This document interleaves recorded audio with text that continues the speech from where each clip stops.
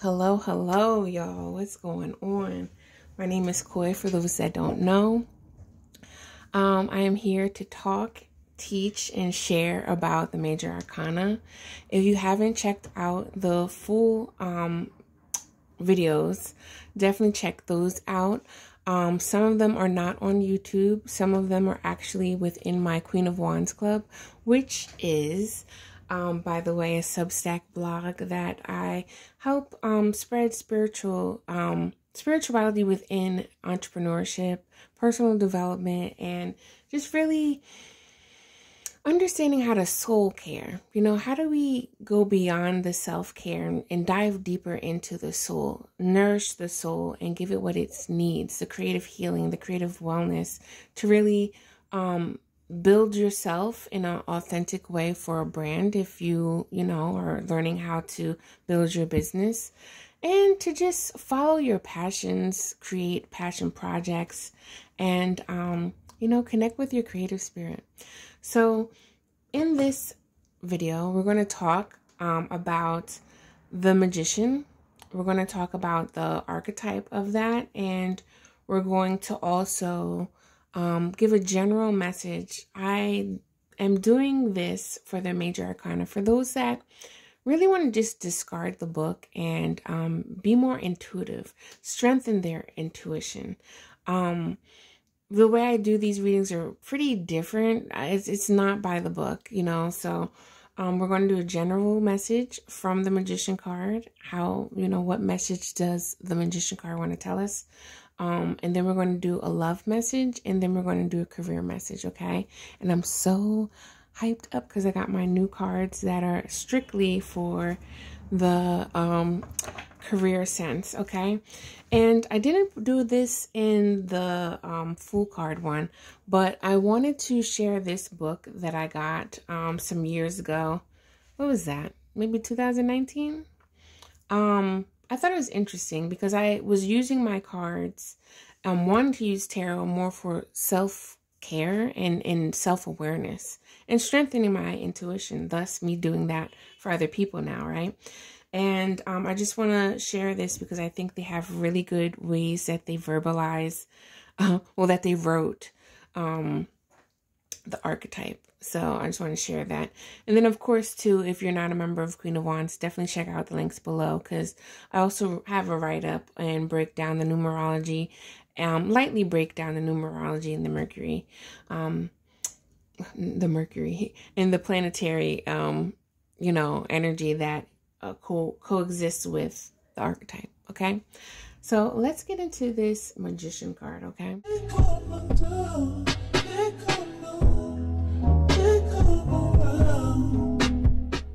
Okay, so let's talk about this Magician card. I don't want to use the Rider-Waite, but we do have the Modern Witch Tarot deck. So just take a look, pause for the cause, and just look at the symbolism that you see. And just feel into it, Just look at the vibe of this. And if there's any details that stick out, color, images, symbols, then, you can maybe try to ask yourself, what does that mean to you, right? We also have this card that speaks about the keywords reversed, right? And Mercury. So you can read at Queen of Wands Club, which you can check below, how I just briefly explain. I'll probably put something up here too. Briefly explain that you can, read what the energy of number 1 stands for. It's definitely a self-serving number. It's a power-driven number and very independent and, self-reliant and all those things that come with being self-sovereignty even, And then we have the planetary aspect, which is Mercury.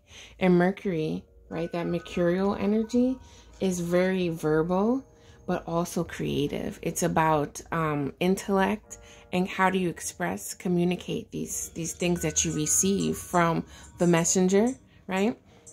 So you can tap into that a little bit or read up on that a little bit more at the Queen of Wands Club. But let's see what Tarot for Troubled Times speaks about by Shaheen Miro and Teresis Reed. Okay, so I love how they go into the archetype, right? And this is where I kind of learned about the numerology, like your personal tarot card. I thought it was really cool. And I was like, one day I'm going to share this with people. And the day is now. So let's talk about the archetype. You can pause for the cause. Can you see? I hope you can see, but I hope you can. Right? And this basically talks about the archetype that is, you know, it's not like the Fool. It actually has a plan and a strategy, right? And it's self-commanding, right? It's innovative, and it's focused on will.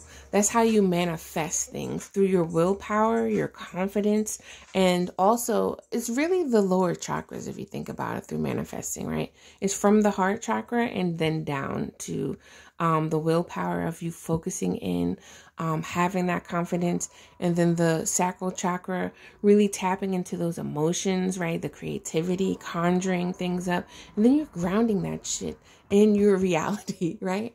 You're grounding it into material form, okay? And the Magician right here, they have, can you see? Yeah, I think you guys can see. You can pause that and write it down if you'd like. But the affirmation is, I create my reality.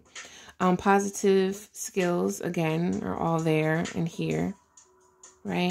And then it just says actions. Take on a leadership role in your community. Stand up to bullies. Make some noise. What I have to say about that is, this is an Easter egg, I might just say, but I'll leave that there. What I have to say about that is like, look at your stance. Like, you're standing up for yourself. You're taking your life in your own hands, and you are connecting and working your magic.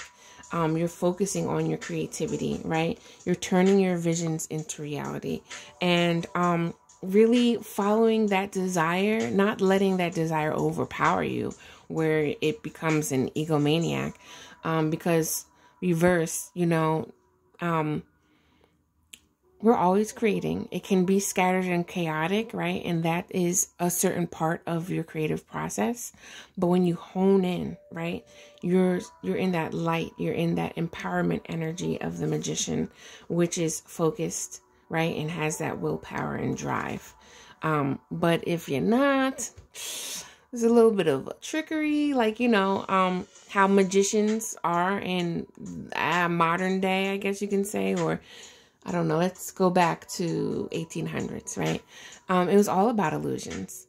It was all about illusions. Now, some of those people really did have the magic, okay? They had the magic touch. And manipulation, right? Manipulation comes with creativity. It just does. But when manipulation becomes a shadow, right? Reverse, when you're puppeteering or trying to hide certain things in a way to benefit yourself, or stand on people's heads and backs for the benefit of yourself. Now that's not cool at all, and that's not the type of manipulation I'm talking about. I'm talking about manipulation actually taking what you have, you know, natural elements. It's almost like the Temperance card, if you may. Just, you're molding, right? Like a creator molds clay. You're manipulating that clay. A massage therapist that is working the muscles. They're manipulating the muscles to knead and work through the knots and the tension. Okay, so let's see what this general message is about. All right, let's see. Let me move these cards out the way in 1 second. Sorry.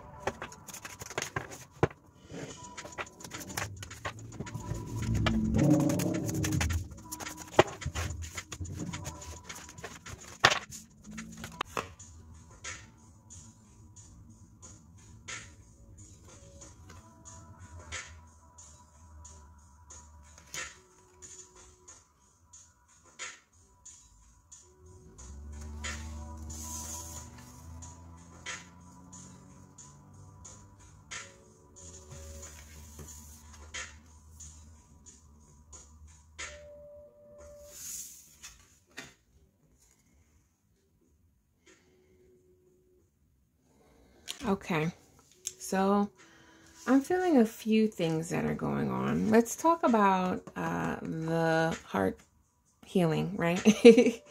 We have the Magician card, and then we also have, but did you forgive yourself in the process?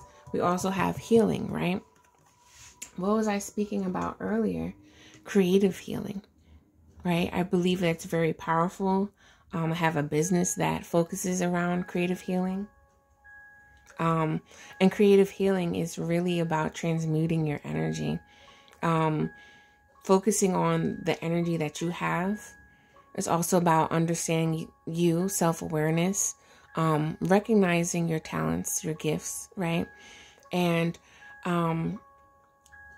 turning those energies, right, that may feel blocked, because there's an emotional charge there. And that's what creativity really brings in, an alignment from the heart and the mind. Is that's where the manifestation happens. And a lot of times when it's blocked, for me, I like to help and see and pinpoint what that block is, so we can heal it, so we can get it out the way, and then we can manifest something great, something for your highest good, not in a way that's low level and just puncturing wounds and things like that. We don't want that anymore, right? And then we have this is all chakras, which I'm really not surprised, but in a way I am, because also our 7 chakras, right? The crown is above, out of our body, but all of the other ones are internally connected to the gland. Some say the crown chakra is connected to the brain organ as well, but it's manifestation.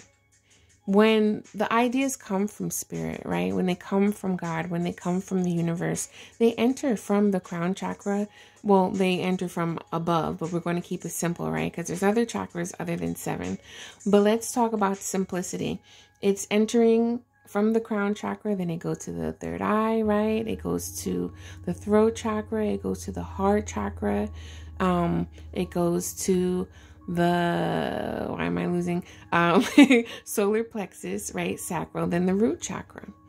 And everyone does its part, but it has its spiritual aspects, the heart that really does the magic, and then the tangible chakras that are more about the living present moment, impossible past moments, right? That may be blocking the future moment, right? It could be all happening at once, tomato, tomato. But this here is my affirmation chakra cards that have the light statement, which is an affirmation, and a shadow statement, right? And the shadow statement says, I feel like I may be overreacting. I'm gonna let that card go by, because I might just be overreacting. Some of the loudness is annoying. I feel like I may be overreacting, and I don't understand why I feel this way, right? And thank you, Spirit, because look at this. We got trust and trust, right? I trust my emotions and decisions completely. And that statement right there definitely speaks about creativity for me, because a lot of times I have taught, it's so weird because like I never really was taught how to create. Could be because I come from a highly creative family, right? But everybody was doing their own thing. And then in a way we didn't, as a kids, we kind of didn't really need it. All we needed was to tap into that energy, honestly. And we did our thing. I see it now with the generation after me, my nieces, my nephews, how they are very creative. Nobody had to teach them anything. They just have to tap into that energy. Because when you don't really tap into the creative energy, it starts creating chaos. Creativity is always happening, but it can be scattered, right? Like the shadow part of the magician, where you have to contain it. It's like I'm seeing right now, fireflies almost, or like a lot of glitter just moving in the air. And when you think about it, to the air, the ideas, right? All these ideas are just all over the place, crown chakra. And it's like, where is the glass that can contain it, right? And that's the root. That's the earth element. Where is the glass that can contain it? Because fire can swirl around too, right? But the wick holds the fire. And it's sparked from the air. The water would be the emotions, right?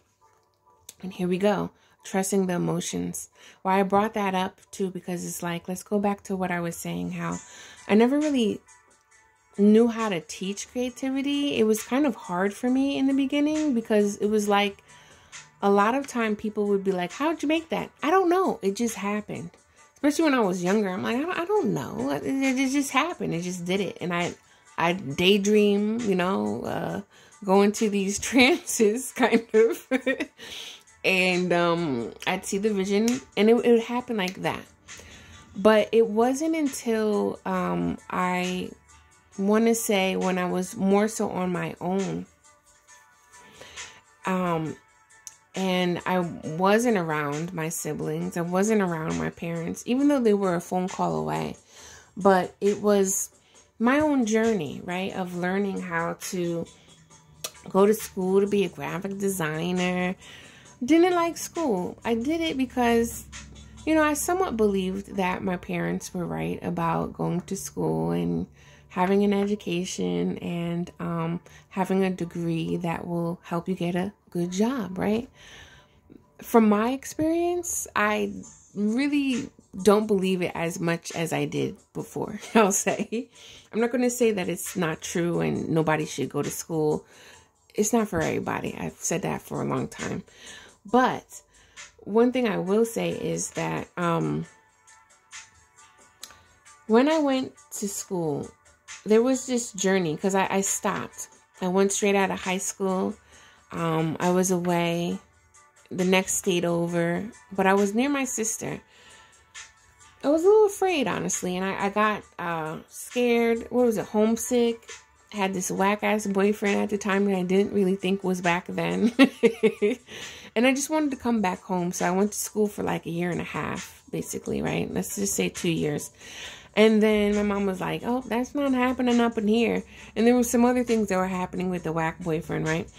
And fast forward a little bit, my mom, again, that told me about graphic design, she told me about told me about massage therapy. So I'm like, okay, I guess, why not? I'll try it. I couldn't say no when she told me, she said, go to the unemployment office, because I didn't have a job. She said, they're giving away free they're giving away free stuff to go to school. So I was like, all right. I thought she was lying. Yes, story time. I thought she was lying. I went there, and for some reason, I don't know if I was late or the lady was leaving early. One of the two. But I remember the lady was in a rush that I was supposed to see. And she's like, oh, what are you doing here? I told her what I was doing here for. And she's like, oh, come here. And then she just signs the paper. And then she's like, okay, you're good. And I was like, what do you mean I'm good? Like, that's it? And then she's like, yeah, all you have to do is, this is good for your books. And this would, you cover your tuition. Anything outside of whatever the amount was, I had to pay for. Which basically I didn't have to pay a dime. I didn't have to pay a dime. All I had to do was pay my gas to get there. It was a 9-month course. And I was certified for New Jersey. Those that are massage therapists that are listening to this, y'all know why I'm doing like this. But anyway, long story short, after massage, I just had like horrible shit happening in my relationship. I was really depressed from other choices that was happening a lot with my sacral chakra, I'll say. And I missed design. I was yearning it like I was yearning for a long lost boyfriend. Like I was literally like critiquing billboards. Like, oh, they should use this typography and blah, blah, blah. So I went back to school. When I went back to school, right? And I speak a little bit about that in my magician video. Because, yes, we have story time. If you don't want to, you can fast forward, right? But I speak a little bit about that journey of me having like trauma from the business, not the business, from my area, from that boyfriend, and just things that happened, right? There was a few things that happened before, life-threatening things that happened before. Spirits like, tell them. So I don't want to make this that long, though. I think that I'll tell y'all another time, okay? If you stick around in the Creative Wands Club and stuff, you can find out more about my traumatic, life-threatening experiences. That Spirit always had my back in, I must say. Thank you, Spirit, always. But needless to say, where I'm going with this is that when I went back to school for creativity, and Pluto was in my 5th house at that time too. Going into my 6th house, those that know about astrology know. I was learning about my creativity. I didn't know. And I didn't know how to teach them. So like me going to school, then graduating with my bachelor's degree, right? I was trying to find jobs. I want to say like 2 years out of me graduating, possibly 3. I got this gig I came across because I needed some extra money, and it was like a paint and sip thing, which sparked my my array of gratitude business with the healing aspect of painting and things like that, because I was like, I could do this. When I first tried, I was stumbling over my words. I felt like I could not describe it, and it was a lot of the throat chakra blocking. And I really wasn't trusting my emotions.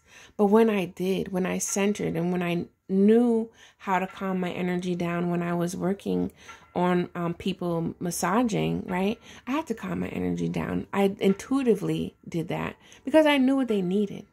And plus just that empathic nature, absorbing people's stuff. I was like, okay. Needless to say, though, trusting the emotions, right?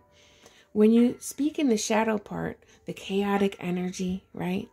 Not knowing, being afraid, it does feel like you may be overreacting. You might be feeling overwhelmed and you don't know. And I wanted to share that story because a lot of people that I saw when I was in that job of painting, paint and sips and stuff, a lot of people were doing it to have fun, but they would be all nervous, or they would tell me about their nervousness. Like, I don't know how to do this. You know, some people just came because their boyfriend, their girlfriend made them, or their friend or family member just said, come. So they tried it, but they were really nervous. And people have a thing with me sharing things, sharing their secrets with me, if you may. And it's just like, what are you doing? But, This is very interesting. So the general message here is really talking about standing in your sovereignty. And sovereignty to me is about knowing that all the unseen, the spirits that walk with you, the ancestors that walk with you, the archangels, all the benevolent beings, right, that walk with you and give you strength and move you in the direction to your highest and greatest good. You know that you are whole, right? You're everything with them and nothing without them. And you are a leader, and you are also, a queen, a king. You're golden. And it's reminding me too is, abundance is your birthright. It's just reminding me all of these things of sovereignty. And when you can feel that self-confidence and self-reassurance and self-esteem, you're golden, right? But these blocks, right, that are in the way need healing. They need acceptance. They need forgiveness. They need time. They need nurture, TLC, right? And they need some love from you. Not anybody else but you. And you can find that when you can turn that light on, because that heart chakra, when it's balanced, it is powerful. It's basically, it lights I see it right now. Like when the heart chakra lights, right? It just lights up the rest of the chakras. And a lot of times, you know, the chakras work in tandem, right? It's symbiotic. It's not just usually one problem. It's almost like the fascia, a knit sweater, right? If you're pulling at one end, it's going to pull on another end, right? But again, trust, because it's a process. Everything is a process. Creativity is a process. It's a metamorphosis thing, like I was saying, and it's crystallized. It's what is the word here that I'm transmutation, right? Transmutation is the alchemy changing from one thing to another, right? And sometimes we have this idea that I'm going to say, I guess, because I'm not a scientist, but I guess it crystallizes some way in your body and does whatever to the brain. And sometimes if you have that keen third eye, you see these things, right? Maybe you don't have that keen third eye. Maybe you have a keen ear and you hear things from spirit. But it's a lot of the third eye not only helps you see, but it helps you alert your spiritual senses, right? Not the physical senses like sight, hear, taste, touch. Did I say 4 or 5? I don't know, y'all. I'm just trying to flow. But you have to trust that stuff, okay? So should we get into the love part, right? I think we should get into the love. Oh, where is the love? I think this actually was supposed to be part of the love, but we're going to do this because I'm flowing and there's no right or wrong. So what does the magician have to tell us, right? The magician has to tell us to really check your emotions, right? Be aware of them because there is no right or wrong. Right? But if it's making you feel low and it's making you feel icky, then check them and ask, how do I help remove that? How do I help let go? How do I work through those things so you can break through those emotions and truly have a process, right? That doesn't feel like a cocoon that never opens. Okay? And by trusting, having that self-reassurance with spirit, God, and the universe, you're golden, you're aligned, and you're utilizing what you have to really manifest that destiny, all right? Or the things that you want to desire. So let's go into the love message, okay? What do we got? What do we got here? Oh, look, and I'm talking about painting.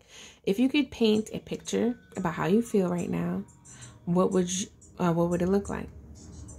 So this is like starting from the Fool and really like taking action on with confidence and sovereignty, right? With the magician.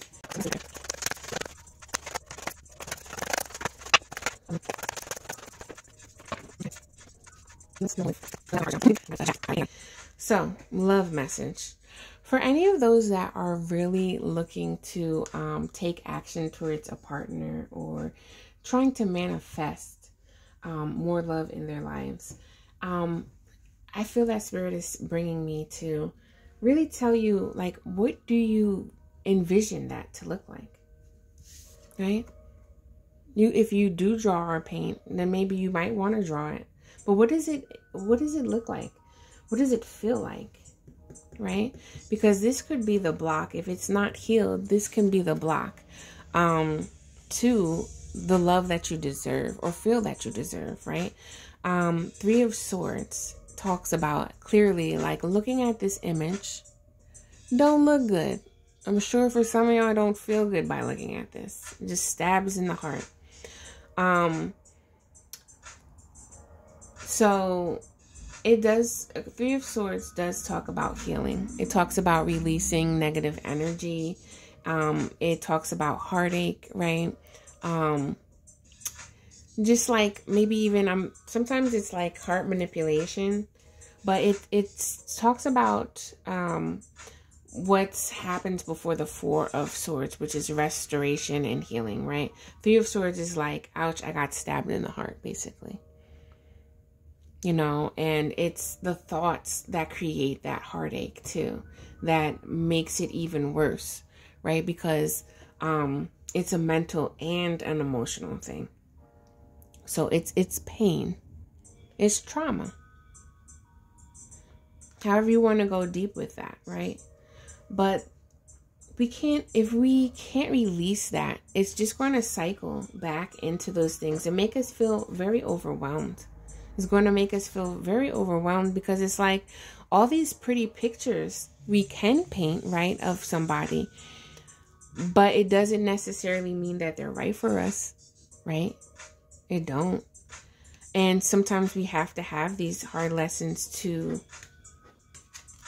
protect us. And I'm also being drawn to the 10 of Pentacles because the 10 of Pentacles is about something tangible, because it's an earth pentacles, but it's also about a culmination, a completion, right? And it's an end of a cycle. It always reminds me of ancestors. For me personally, the 10 of Pentacles speaks ancestry, but it also speaks family.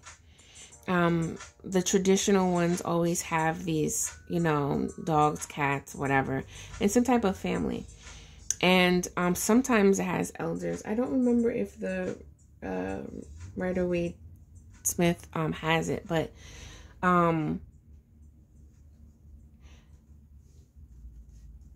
it's really bringing me back to the cycles, like I was saying. Like, do you want to repeat cycles of feeling overwhelmed, right? Or do you really want to heal, look at the things with bright eyes, without any distractions, and not really having your head in the clouds, not being overly emotional to the point where, because the cups are emotions, right? And the cups, the 7 of Cups is like, well, what will I pick? What will I choose? Right? It can be overwhelming. But here, these 3, they're talking about, are you going to choose what looks nice, right? Or are you going to choose what you really deserve? Because this is also about how you've came to this culmination of self-care and self-esteem, right? And just this, come on, Spirit, bring the words here. It's like you've worked hard for things, right? And you take pride in what you've accumulated, right? But when you have it not healed, when you have these experiences that you're not taking pride in, it can feel some type of way. And this does say protection, right? Because the advice here is saying like herbs for protection and this, right? It kind of looks like it's floating in water, but the way that they drew it isn't really. This looks like, the way that they drew that, it looks like a not obsidian. It looks like a tourmaline, a black tourmaline. And black tourmaline is about protection, but it also helps you ground. And I could say lightly that it helps you release things too, but more so ground, because you don't want to be so far out where it's like you're overwhelmed with these feelings, and you know, like you're having a panic attack. If anybody's ever had a panic attack, they feel like they're out of their body, or they don't know what's going on because it's an overwhelming of emotions, and to the point where their mentality, they can't really think. They're not present with their emotions here. And it's almost kind of like Spirit's like, bring yourself back to what you know you deserve in a more confident energy, right? And process that through the healing. Bring yourself back to the present moment.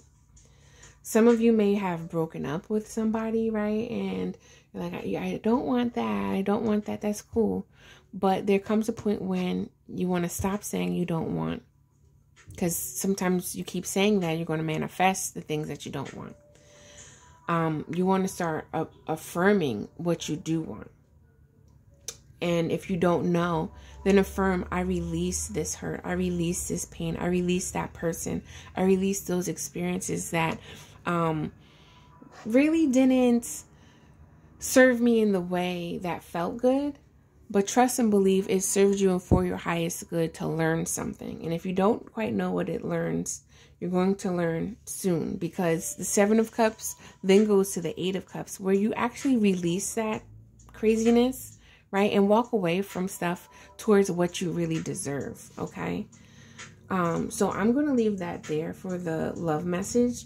Walk towards the things that you want to do, right? And if you're not quite sure, sit with yourself, imagine, right? Conjure up that energy of things that you may be inspired by, and start processing these emotions of what you don't want, right? And releasing those things. When you affirm things, using don't want, like negative words, I don't advise doing that. If you want to write out, like maybe you want to write out, I don't want blah, blah, blah, right? Write it out and then say like, okay, I don't want the same type of energy in my love life, right? Write that out. And then you say, you cross out don't and say, I want, you're not going to say same, you're going to say the opposite. So I want the best type of relationship that's meant for me. Or I want something different than I've had before in a relationship. You know what I'm saying? Say something that's a little bit opposite. Those negative words, right? You change them to the opposite. So we're going back to like grade school where we're switching it up. All right? So let's go to the career one. All right?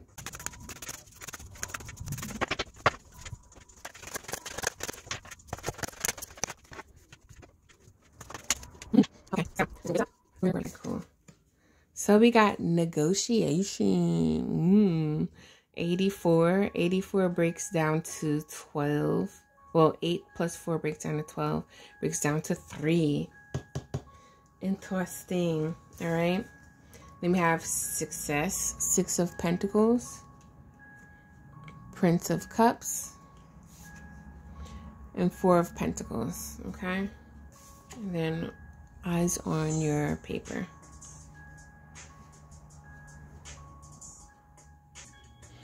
Okay, so with the career, right? I do believe that something new is coming in. You're yearning for something new that's coming in. Just like this is very aligned with the love relationship message, right? Where it's like, okay,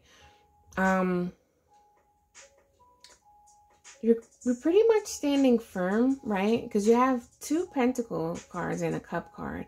You're really trying to ground in this energy. You're probably trying to ground in some coins, some money for something. If you already have a product, a service, a business, maybe you're talking to some people, right? And I don't know, maybe you're not seeing eye to eye. And you're really trying to call in something that is an offer that feels like love, that feels good to you, right? The Prince of Cups really speaks of romance. It speaks of self-love. It speaks of tender love and care. And it speaks of someone coming, something or something coming towards you in your heart space that can bring you that fulfilled cup. Okay. And with the surrounding here, because this is kind of like, to me, it's like this may be blocked, it may not. This is a I don't know picture, the way that I have these landed. And, you know, if you stick with me long enough, I can't wait to get into the more VIPs that I get in the Queen of Wands Club. We're going to have meetups and all that stuff. So I can't wait, because we'll talk about card spreads and stuff like that. But right now, let's keep it simple. So the 6 of Pentacles, right, speaks about receiving money, right? It speaks about give and take as well. And this card deck is really about receiving. But it's also about like what you put out, you receive back, right? The universal law of give and take. And reciprocation, right? And it's like, are you working hard enough for what you're asking for? Do people see you working hard enough, or are they giving you what you deserve of that work ethic that you're putting out, right? And then the Four of Pentacles is really about grounding. Sometimes it's about protection, which we have here. It's also about kind of like selfishness, like hiding certain things. But how I'm going to read this, right? I'm going to read this is a few different ways. Because it says eyes on your paper. And this is really about you staying true to what you believe that is good enough for you and your business. Staying true to continue working the passion project, no matter how different it is, no matter how many likes you're getting, no matter how many comments you're making, you still stay the course. Because if no one else is seeing you, Spirit sees you, God sees you, the universe sees you, and they see you how hard you're working. I remember along my journey too, there was something going around, I think like the 100 hours type of thing. It's a theory, I think it's 100 hours, that if you work 100 hours, usually at that 100 hours of doing something, you wind up seeing the progress of it and receiving something. For me, that didn't happen. It could have been because I had scattered energy. I don't know. But it just, I don't know. The dreams come a long way, y'all. That's all I can say with me. This is really, let's go back to y'all, right? The creative thing. This is really about standing your ground and negotiating, because I'm using this new card here, right? Let's just read it. It's a proverb that they have. It says, you must be fully prepared to lose a great deal in order to make a great deal, which is reminding me of the Six of Pentacles. Again, what you put out, you receive back. It's just a natural law. When you let something go, you receive something. When one door closes, another always opens. It always does. So it says, listen first to truly understand what the other party cares about.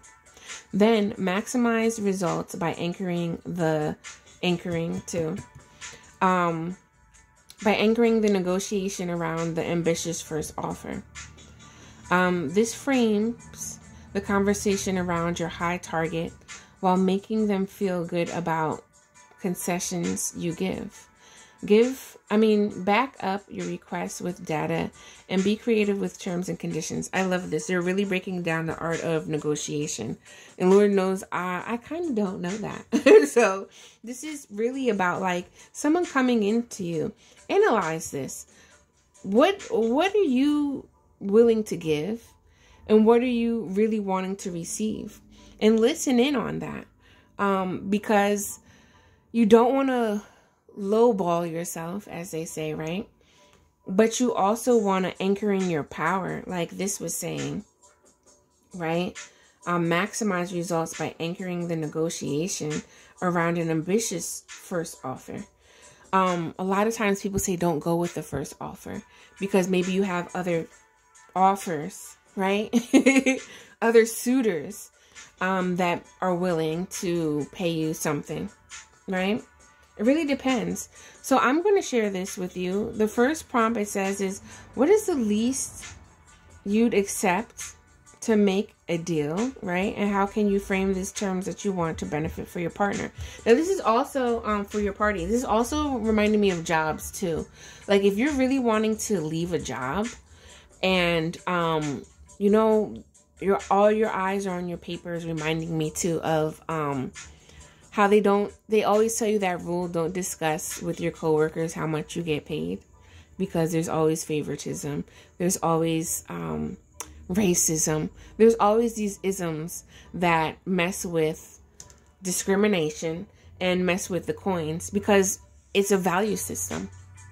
And a lot of times it fucks with, if you excuse my French, but it does. It messes with our damn self-esteem. Like we're talking about sovereignty. And then it messes with our creativity. And then if you really want to get into it, that's what's causing the burnout now within corporate America and other big corporations and jobs, because they're not really giving the value to these workers, right? And then it's really messing up with the work ethic, because then you have some people that don't have good work ethics at all. And they're just allowing the shit to roll downhill. And they're just like, well, whatever happens, happens. And then nobody wants to work. And then it just becomes a shit show of cycles, right? And it messes up the creation, because it's not really like valuable, rich, substantial, purposeful creation. You know? So pause for the cause. If you want to see, can you see these?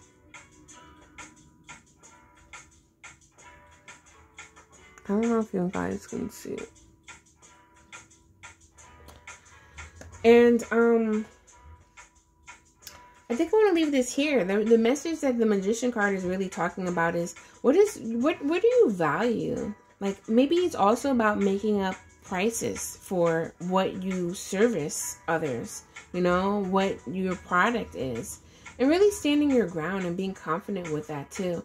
And if you want to negotiate with people, right, like I'm seeing people at a trade market, right, and sometimes you have people paying you cash, and you know, maybe you want a discount to bring people in. Maybe sometimes you gave a discount to the woman with kids because you just had a sweet spot for her. I don't know. But learn how to negotiate in the way that works for you, though. And I just keep hearing anchoring the negotiation around an ambitious first offer, because this frames the conversation around a higher target, right? That will make the person also feel good and confident about what you're giving, the reciprocation, right? And this is where you both can feel successful instead of lowballed and manipulated, right? So, this is what I have here. This is a message that the Magician brings. Thank you for sticking around, y'all. I love you. Please comment below. Just say hi if you know, if you have questions, definitely comment them. I will get back to them ASAP because I love to see the comments. But if you just want to share, like, you know, a statement or just say hello, please do, because I appreciate that so much. Those that aren't in the Queen of Wands Club, definitely check it out, because I also share intuitive practices with you there. You also get card spreads that help you tap deeper into your self-reflection, and the corresponding Major Arcana card. And what else do we have? We have up next that, sorry guys, YouTubers, you're not going to see, but if you head over to the VIP session of Queen of Wands Club, you'll be able to get a pick a card message specifically from the Magician card. And it's nice and cozy too, because it's not too many people where it's over flooded, so it's going to feel like a personal reading. And if anybody does want a personal reading, my queue is open, y'all. Definitely look at the links below if you want one. You know how to holler at me, okay? And I'm also sharing some I'm also sharing some artwork of mine that is progressing into my new card deck that I'm creating. So you can see all of that stuff at the Queen of Wands Club. And just be a part of a soul family that is aligned and supporting each other through our spiritual entrepreneurship. All right. That's all I have for you. Again, check the links below, like, share, comment, and I will see you next time for the, what's up next, drumroll, High Priestess. All right, till next time, I'm outie. Peace.